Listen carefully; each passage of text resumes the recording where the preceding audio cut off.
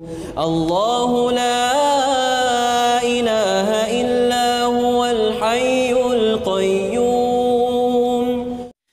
ایک تیسرا طریقہ ہے جس سے انسان اگر صبر نہیں آ رہا تو اس کے اندر صبر آ جاتا ہے، اپنی زبان اس پہ اللہ ذوالجلال کا ذکر لاؤ اور اللہ کے رسول پر کثرت سے درود بھیجو۔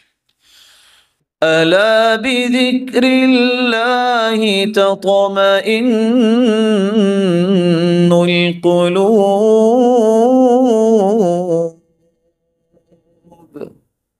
دلوں کا سکون تو اللہ نے اپنے ذکر میں رکھا ہے، اس لیے قلبی سکون اللہ کے ذکر کے بغیر ممکن نہیں ہے۔ اور اللہ کے رسول صلی اللہ علیہ وسلم نے اس صحابی سے کہا تھا جس نے یہ سوال کرتے کرتے کرتے یہاں تک پہنچا کہ اللہ کے رسول اگر میں کثرت سے درود ہی پڑھتا رہوں تو پھر کیا ہوگا؟ فرمایا اذن تکفى ہمک ویغفر لک ذنبک، میرے صحابی اگر تم کثرت سے درود ہی پڑھتے رہو گے تو خوش ہو جاؤ، زندگی کے سارے غم دور ہو جائیں گے اور سارے گناہ بھی معاف ہو جائیں گے۔